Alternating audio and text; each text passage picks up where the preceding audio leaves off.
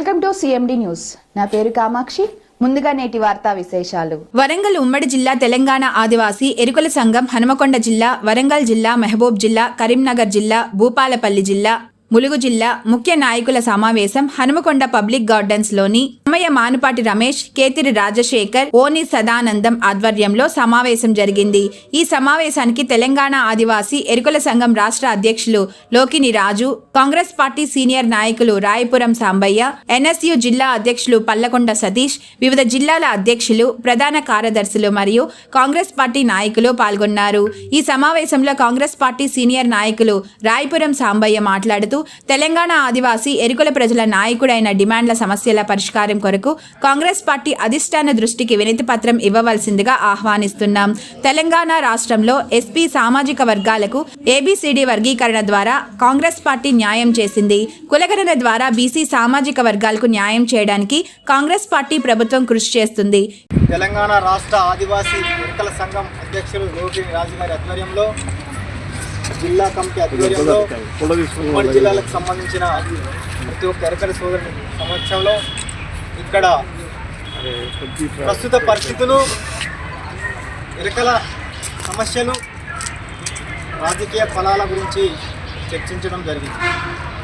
మంచి వాతావరణంలో సోదరుడు లోకిని రాజు గారు గత 30 ఏళ్ళ నుంచి వెళ్ళి అనేక కష్ట నష్టాలకు ఓర్చుకొని, వ్యయప్రసాదాలకు ఓర్చుకొని, జాతి సర్వతో అభివృద్ధి కొరకు అన్నిషాలు పాటుపడుతున్న ఆ అన్నను గత 2-3 రోజుల క్రితం నేను సంప్రదించి, మీరు తెలంగాణ ఆదివాసీల ఎరుకల సంఘం ఇప్పుడున్న పరిస్థితుల్లో తెలంగాణ రాష్ట్రంలో కాంగ్రెస్ పార్టీ ఏదైతే వాగ్దానాలు చేసిందో, ఎరుకల కార్పొరేషన్ 500 కోట్ల బడ్జెట్, ఎరుకల సమగ్ర అభివృద్ధి కొరకు నిధులు కేటాయించి అభివృద్ధి చేస్తామని ఏదైతే అన్నారో దాని కొరకు మీరు కష్టపడుతున్నారన్నా, మేము పార్టీలో ఉండి మేము కష్టపడుతున్నాం, కుల బావు కొరకు మీరు కష్టపడుతున్నారు. ఈ తెలంగాణ రాష్ట్రంలో అనేక సంఘాలుగా ఏర్పడి ఎవరి దారిన వారు పోవడం, ఎవరి దారిన వారు ముందుకెళ్ళడం వల్ల మనకు లాభం కంటే నష్టమే ఎక్కువ జరుగుతుంది అని నేనే తెలంగాణ ఆదివాసీ ఎరుకల సంఘాన్ని సంప్రదించడం జరిగింది. ఎందుకంటే ప్రస్తుత పరిస్థితిలో 30 సంవత్సరాలుగా పోరాటం చేసిన మందకృష్ణ మాదే గారు ఇవాళ వాళ్ళ జాతి కొరకు ఎస్సీ వర్గీకరణ సాధించుకోవడం జరిగింది. అది ఆ గొప్పతనం, ఆ జాతి మొత్తం ఇవాళ అభివృద్ధి చెందడానికి తెలంగాణ రాష్ట్ర కాంగ్రెస్ పార్టీ ప్రభుత్వము, రేవంత్ అన్న ప్రభుత్వము, బట్టన్న ప్రభుత్వము, రాహుల్ గాంధీ గారి ప్రభుత్వము చేసింది. ఇవాళ ఎస్సీ సామాజిక వర్గం కూడా అభివృద్ధి చెందడానికి ఒక అవకాశం ఏర్పడ్డది. అదే సందర్భంలో ఎన్నో ఏళ్ళుగా బీసీ ఉద్యమాలు జరుగుతున్నాయి, 30 ఏళ్ళుగా. అయినా కానీ ఇలా కాంగ్రెస్ పార్టీ ఆధ్వర్యంలో ఇవాళ 42% రిజర్వేషన్ చేస్తామని జాతీయ నాయకులు రాహుల్ గాంధీ గారు ఏదైతే కులగణన చేసిండో, వాగ్దానం ఇచ్చిండో, ఆ విధంగా కులగణన కూడా ఇలా బీసీలకు కూడా న్యాయం జరగబోతుంది మన రేవంత్ అన్న ప్రభుత్వం, బట్టన్న ప్రభుత్వం. ఇలాంటి పరిస్థితుల్లో బీసీలకు ఒక పక్క న్యాయం జరుగుతుంది, ఎస్సీలకు ఇంకో పక్క న్యాయం జరుగుతుంది. గిరిజనులమైన ఎస్టీలకు మన సమస్యను పక్కగా పెట్టిండ్రు. మరి ఈ గిరిజన సమస్యల్లో కూడా అనేక కులాలు ఉన్నాయి, 33 వర్గాలు ఉన్నాయి. దానిలో కొన్ని వర్గాలను పేరు పెట్టి చెప్పడం ధర్మం కాదు, కానీ కొన్ని వర్గాలకు ఎక్కువ లబ్ధి చేకూరుతుంది, కొన్ని వర్గాలు అత్యధికంగా వెనుకబడి ఉన్నాయి. ఇలాంటి సందర్భంలో కాంగ్రెస్ పార్టీ ప్రభుత్వం, కాంగ్రెస్ పార్టీ ఎమ్మెల్యేలు, కాంగ్రెస్ పార్టీ మంత్రులను అనేక సందర్భాలలో తెలంగాణ ఆదివాసీ సంఘం తరఫున లోకిని రాజన్న కానీ, కాంగ్రెస్ పార్టీ తరఫున మా కాంగ్రెస్ పార్టీ నాయకులు, కార్యకర్తలు మేమందరం కానీ సంప్రదింపులు జరుపుకుంటే, మేము పార్టీ గెలుపు కోసం అర్నిసలు కష్టపడి పార్టీని అధికారంలో తెచ్చుకోవడానికి కృషి చేసినా కానీ ఎక్కడో ఒక చోట మేము కాంగ్రెస్ పార్టీ దృష్టిలో మేము అవపడతలేము, లేక మేము ఉన్నామో లేమో అని, మాకంతా అభివృద్ధి ఫలాలు ఇవ్వాల్సిన అవసరం లేదని కాంగ్రెస్ పార్టీ అనుకుంటుంది కావచ్చు, లేతే ఎమ్మెల్యేలు అనుకుంటున్నారు కావచ్చు, మంత్రులు అనుకుంటున్నారు కావచ్చు, బాగా అభివృద్ధి చెందిండు, వీరికి ఇవ్వకపోతే ఏం లేదని కాదు. మేము కూడా 12,600 గ్రామాలలో ప్రతి గ్రామంలో ఏదైతే రెడ్డి, రావు ఎట్లా ఉన్నారో ఊరికి 4-5 లెక్క మేము కూడా 10 రూపాయలు లెక్క. మా ఓటు బ్యాంక్ కూడా అక్కడున్న సోదరులు గట్టిగా ప్రజలతో మమేకమై వాళ్ళు కష్టపడి ఇలా కాంగ్రెస్ పార్టీ అధికారం రావడం కొరకు రాహుల్ గాంధీ గారి మాట, ఖర్గే గారి మాట, రేవంత్ అన్న మాట, బట్టి అన్న మాట నమ్మి కాంగ్రెస్ పార్టీ అధికారం రావడం ఇచ్చేసింది. కానీ ఈ సంవత్సర కాలం నుంచి వెళ్ళి ఆ ఫలాలను మేము కూడా అనుభవించాలి కదా. ప్రతి వర్గానికి, ప్రతి కులానికి వెతికి మరి రేవంత్ అన్న ప్రభుత్వం, బట్టి అన్న ప్రభుత్వం, రాహుల్ గాంధీ గారి నాయకత్వంలో వారికి ఫలాలు ఇస్తున్నారు. మరి మేమేం తప్పు చేసినాం?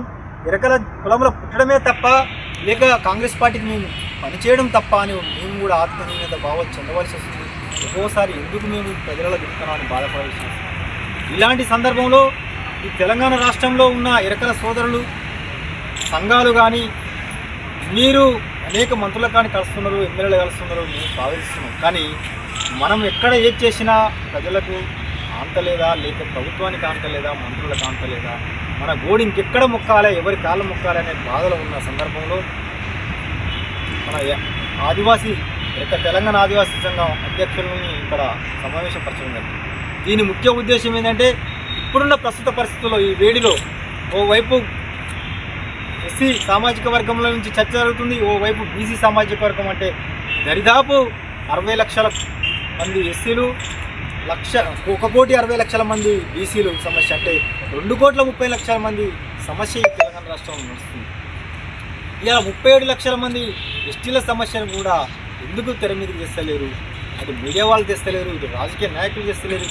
అనేక ప్రజా సంఘాలకు మా ఎరకల సంఘం కూడా మద్దతు చెప్పింది, కానీ వారు పని చేయించుకున్నారు మా ఎరకలతో. కానీ మా విషయాన్ని ఎక్కడ కూడా ఏ ప్రజా సంఘాలు కూడా ఆర్ కృష్ణయ్య కానీ, మందకృష్ణయ్య మాది కానీ, ఇంకెవరైనా ఏ సంఘం అయినా కూడా మమ్మల్ని కూడా ఎక్కడ మాట్లాడతలేరు.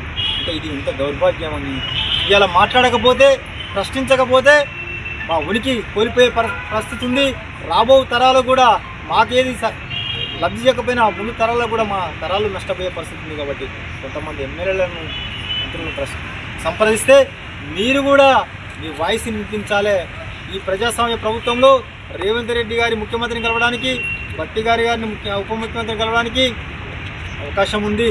పిసిసి మన గాంధీ భవన్లో పిసిసి అధ్యక్షులను కానీ, మంత్రులను కూడా ప్రజా దర్బార్లో మేము కలుస్తున్నారు కదా, మీరు ఎందుకు కలుస్తలేరు?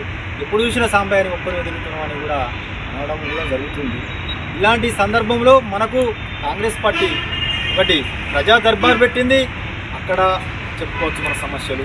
ఐక్యంగా గాంధీ భవన్ వేదిక కూడా ఇవాళ అనేక కులాలు, అనేక సంఘాలు టీఆర్ఎస్లో పనిచేసినా కూడా సంఘాలు, టీఆర్ఎస్ పార్టీలో పనిచేసే నాయకులు కూడా నా కళ్ళ ముందు వచ్చి రిప్రజెంటేషన్ ఇచ్చుకుంటాను. నేను చూసిన నా కళ్ళారా, అరే నిన్న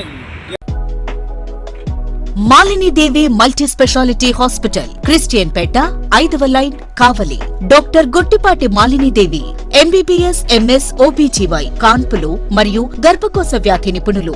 మాలినీదేవి మల్టీ స్పెషాలిటీ హాస్పిటల్ నందు అందించు వైద్య సేవలు: సాధారణ కాన్పులు, సిజేరియన్లు, లాప్రోస్కోపిక్ ద్వారా గర్భసంచికి సంబంధించిన ఆపరేషన్లు, ట్యూబెక్టమీ, పిల్లలు లేకుండా operation, high risk pregnancy, ectopic pregnancy మరియు గర్భసంచి నీటి బుడగలు, గర్భసంచి జారిన ఆపరేషన్లు, రొమ్ముగడ్డలకు చికిత్స, నెలసరి ఇబ్బందులకు చికిత్స, మెనోపాజ్ సమస్యలకు చికిత్స చేయబడును. స్త్రీలకు సంబంధించిన అన్ని సమస్యలకు చికిత్స చేయబడును. పిల్లలు లేని వారికి ప్రత్యేక చికిత్స కలదు. ముఖ్య గమనిక: మా హాస్పిటల్ నందు కాన్పోయిన తరువాత తల్లి బిడ్డను ఉచితంగా మా వాహనంలో క్షేమంగా ఇంటికి చేర్చబడును. మా హాస్పిటల్స్ ప్రత్యేకతలు: ICU, lab, AC and non AC rooms, 24 గంటలు మెడికల్ షాప్, ప్రతి రూమ్ నందు వేడి నీటి సదుపాయం కలదు. అత్యవసర కేసులు అన్ని వేళలా చూడబడును. సంప్రదించండి మాలిని దేవి మల్టీ స్పెషాలిటీ హాస్పిటల్, క్రిస్టియన్ పేట, 5వ లైన్, కావలి. ఫోన్ నంబర్స్ 9398665676 మరియు 08626245166.